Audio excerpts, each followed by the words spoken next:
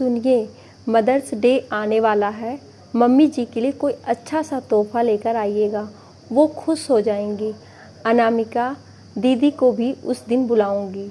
सबको एक साथ देखकर मम्मी जी कितना खुश होंगी। मैं तो ये सोच सोचकर बहुत उत्साहित हो रही हूँ। नेहा अपने पति मानो से कहती है। मानो बोला, मदर्स डे है, कोई सास डे नहीं है जो तुम इतनी उत्साहित हो रही हो।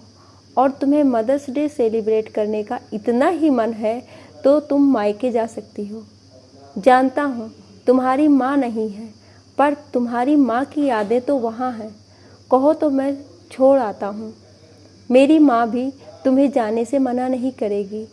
क्या कहती हो, चलना है? नेहा बोली, आप भी हद करते हैं। अगर मैं अपनी सास से अच्छे रिश्ते बनाना चाहती हूँ तो क्या आपको कोई तकलीफ़ है? चिंता मत कीजिए, आपके हिस्से का प्यार वैसे भी मम्मी जी मुझे नहीं देने वाली हैं।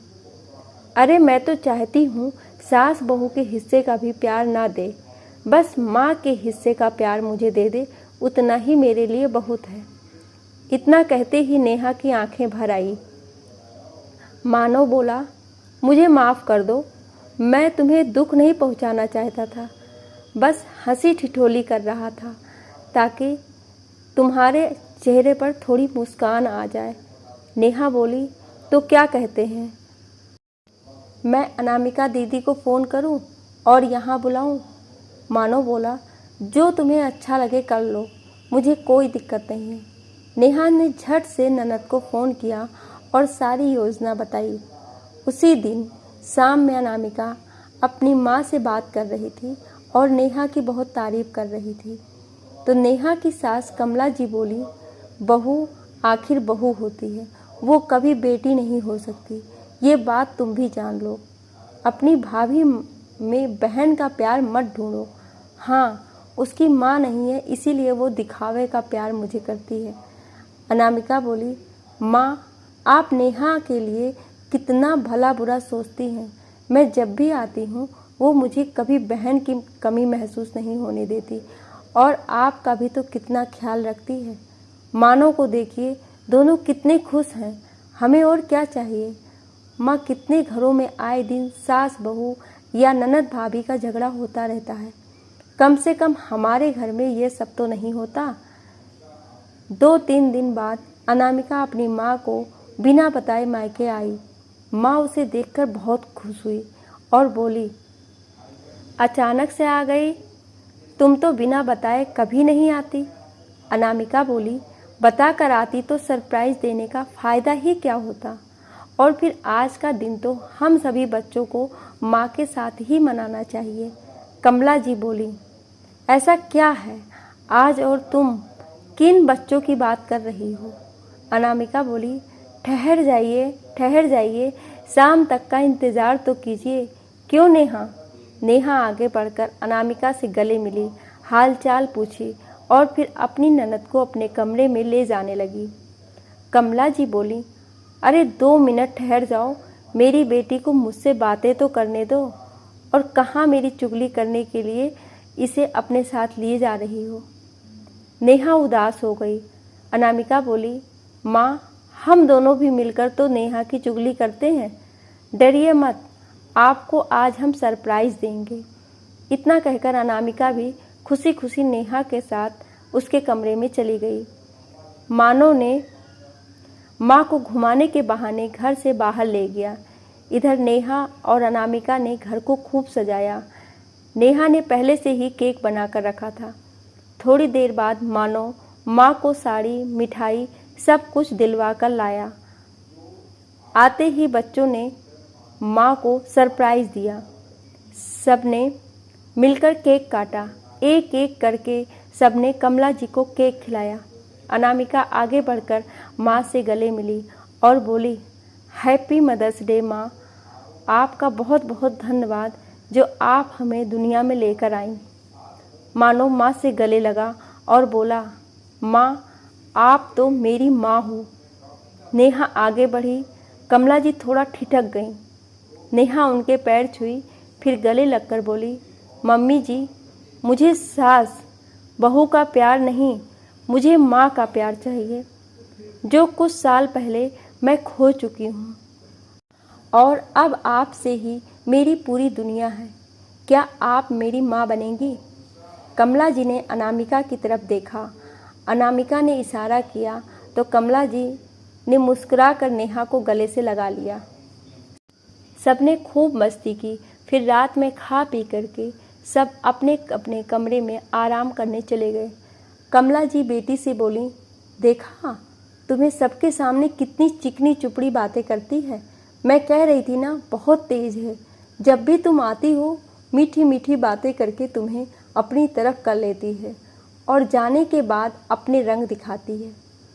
और मेरा बेटा तो इतना भोला है कि उसकी हर बात में हाँ ही करता है। लगता है कि इसके पिता एक सीधे साधे कर्मचारी थे। अनामिका माँ की बातों को सुनकर मुस्कुराने लगी। अगले दिन कमला जी चुपचाप बैठी थीं। नेहा कमला को दवाई देते हुए बोली, मम्मी जी ये लीजिए, आज आप बीपी की दवाई लेना भूल गईं। कहीं कुछ सोच तो नहीं रही हैं? लगता है दीदी के आने की खुशी में आपका ध्यान नहीं रहा। आगे से ऐसी भूल मत कीजिएगा, क्योंकि जब भी दवाई नहीं लेती तो अगले दिन आपकी तबीयत बिगड़ जाती है। कमला जी बोली, हाँ हाँ ठीक है बहू, एक दवाई क्या याद दिलाई, बड़ी बड़ी बातें करने लगी हो। तुम तो मेरी बेटी के सामने ऐसे जता रही हो कि मैं अब बुढ़ी हो गई हूँ और तुम्हारे भरोसे इस घर में रह रही हूँ। नेहा मुस्कुरा कर बोली, मम्मी जी बुढ़े हो आपके दुश्मन, पर दादी और नानी आप ज़रूर हो गई हैं।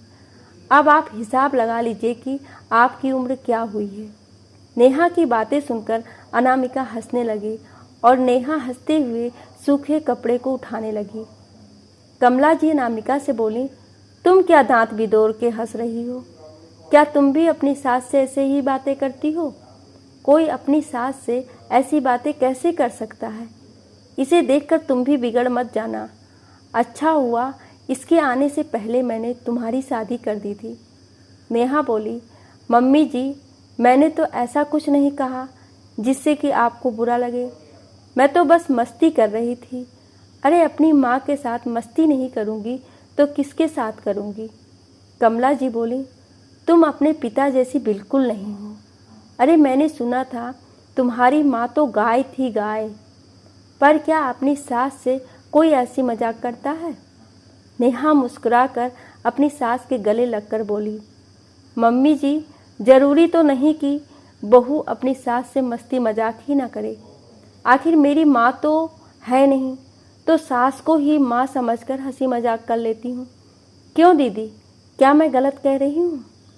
नेहा हंसते हुए कपड़ों को लेकर कमरे में चली गई।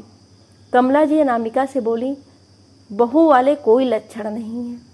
4 साल हो गए शादी को, पर इसे ना तो अभी तक घर संभालना आया है, ना मुझसे बात करना आया है।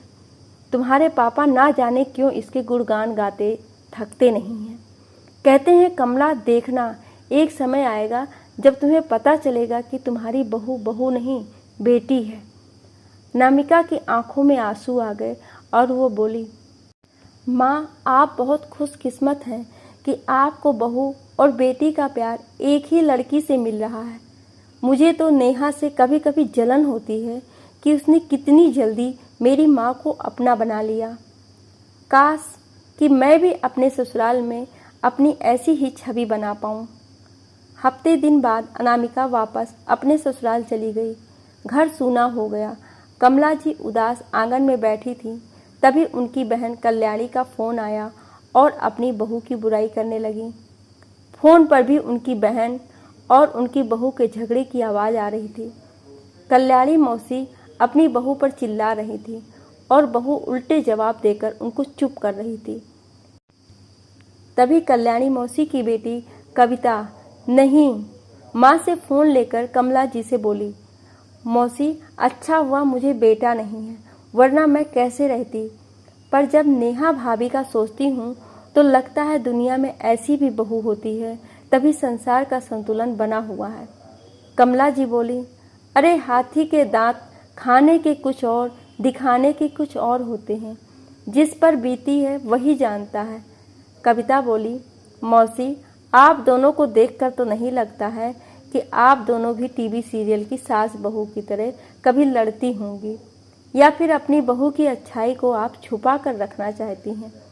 कमला जी बोली, तुम मेरी बहू की छोड़ो, अपनी भाभी और माँ का सुलह कराओ। इतना कहकर उन्होंने फ़ोन रख दिया।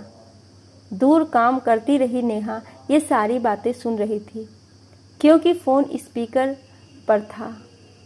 अपने चेहरे पर उदासी नहीं आने दे रही थी। रात में जब मानो नेहा को उदास देखा तो उसने कारण पूछा। नेहा ने पूरी बात बताई। मानो बोला, माँ को अच्छी बहू मिल गई है, इस कारण से वो उसका महत्व नहीं समझ रही हैं। जिस दिन उन्हें बुरी बहू से पाला पड़ेगा तब उन्हें एहसास होगा। नेहा मुस्कुराने लगी, मानो उसके दिमाग में कुछ सूझा हो।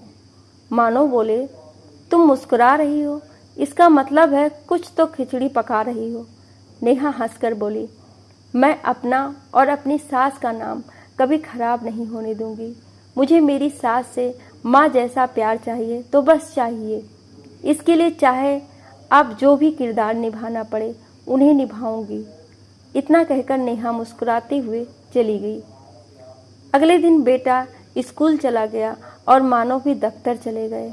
फिर नेहा जाकर अपने कमरे में बाल्टी पर पानी में अपने पैर डुबोकर बैठ गई। कमला जी ने 1-2 बार आवाज़ लगाई पर नेहा टस से मस नहीं हुई।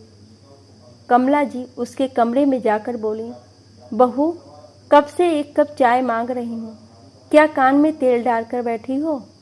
नेहा बोली, मम्मी जी मैं अभी पैरों की सफाई कर रही हूँ। पार्लर जाकर पेडिक्योर करवाऊंगी तो बहुत पैसे खर्च होंगे और फिर आप 4 बाकी मुझे सुनाओगी। अगर आप चाय बना रही हैं तो मेरे लिए भी बना दीजिए। कमला जी हैरानी से नेहा को देख रही थी।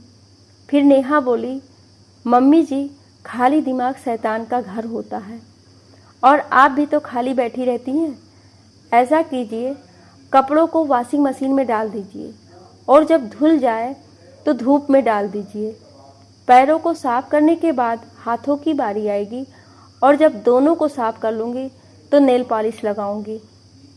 कमला जी देखी कि उनके कहने का नेहा पर कोई असर नहीं हो रहा है तो उसके कमरे से बाहर निकली और मन ही मन सोच रही थी कि यह अचानक बहू को क्या हो गया है। वो चुपचाप सारे कपड़ों को पहले वॉशिंग मशीन में डाली, फिर कुछ देर बाद कपड़ों को धूप में डाल रही थी और ये सब नेहा दूर से देखकर मुस्कुरा रही थी। थोड़ी देर बाद वो थक कर बैठ गईं और अनामिका को फ़ोन करके सारी बात बताई।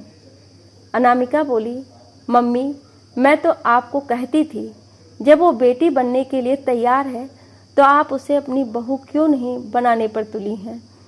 अरे आखिर वो आपसे चाहती ही क्या है? सास वाला प्यार नहीं, बस माँ का प्यार चाहती है। क्या आप वो भी नहीं दे सकती हैं? जब वो आपके साथ हंसी मजाक करती थी तब भी आपको दिक्कत थी। अब वो दूसरी बहुओं की तरह आपकी बात नहीं सुनती है तब भी दिक्कत है। लगता है अच्छी बहू आपको पसंद ही नहीं थी, अब भुगतो। अब नेहा बस अपने काम करती थी, यहाँ तक कि मानो के काम भी वो कमला जी से करवाती थी और उनसे ठीक से बात नहीं करती थी। करीब 1 हफ्ते बाद जब घर में कोई नहीं था, कमला जी नेहा से बोली, बहू तुम्हारे व्यवहार में इस तरह से बदलाव, सोचो लोग देखेंगे तो क्या कहेंगे। बहू इसकी कल्पना ना तो तुम्हारे ससुर जी ने और ना मैंने ही की थी, फिर तुम ऐसे कैसे बदल गई। नेहा से अब रहा नहीं गया, उसने झट से कमला जी के पैर पकड़े और बोली, मम्मी जी मैं आपको यही तो समझाना चाहती थी कि बहू अगर सास के साथ माँ जैसा व्यवहार करे तो वो अपमान नहीं अपनापन होता है। मुझे ना तो आपके बेटे का हिस्से का प्यार और ना ही सास जैसा प्यार चाहिए, मुझे तो बस मेरे हिस्से का माँ जैसा प्यार चाहिए।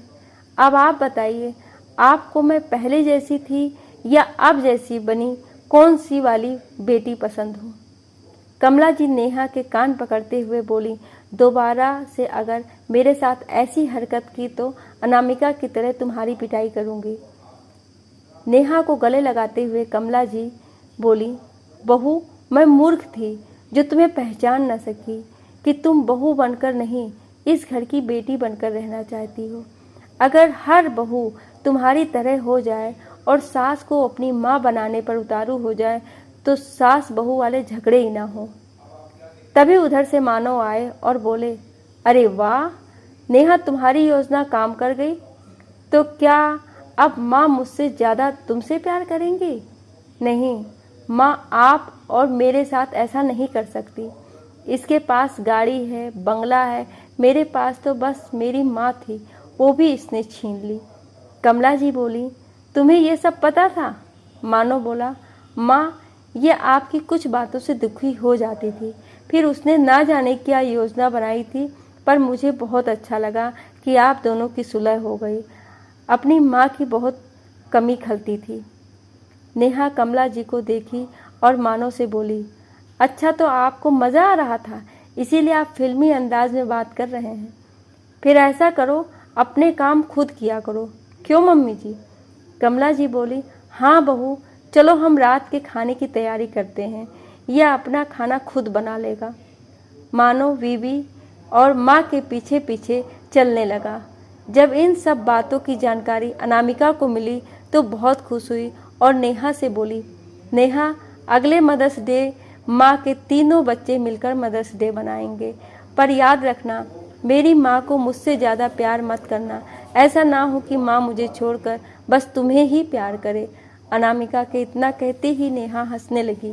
अब तो नेहा के मायके से जब भी फ़ोन आता और उसके भैया भाभी, उसके पापा उसे बुलाते तो वो इतना ही कहती, यहाँ माँ के साथ मुझे बहुत अच्छा लगता है, आप लोगों को अगर मुझसे मिलना हो तो यहाँ आ जाया करो। मायके वाले ये सुनकर खुश होते थे कि चलो नेहा को ससुराल में अब माँ का प्यार मिलने लगा था। माँ तो आखिर माँ होती है। आखिरकार नेहा को सफलता मिली। उसे पति के हिस्से का प्यार नहीं, सास जैसा प्यार नहीं, बल्कि एक माँ के जैसा प्यार उसकी सास से मिला। बदले में उसने उनकी सेवा, आदर, सम्मान में कोई कमी नहीं छोड़ी। आखिरकार नेहा ने असंभव को संभव किया और अपने घर को स्वर्ग जैसा बनाया। मित्रों, दुनिया में कोई भी चीज़ असंभव नहीं है। अगर हम ठान ले तो असंभव को संभव कर सकते हैं। और हाँ, थोड़ी धैर्य रखना पड़ेगा, तभी हम सास को माँ बना सकते हैं। तो क्यों ना इसकी मदद से आप भी कोशिश करें। आपको ये कहानी कैसी लगी, अपने अनुभव और विचार कमेंट द्वारा साझा करें। और ऐसी ही कहानियाँ सुनने के लिए हमें सब्सक्राइब करें। Thank you.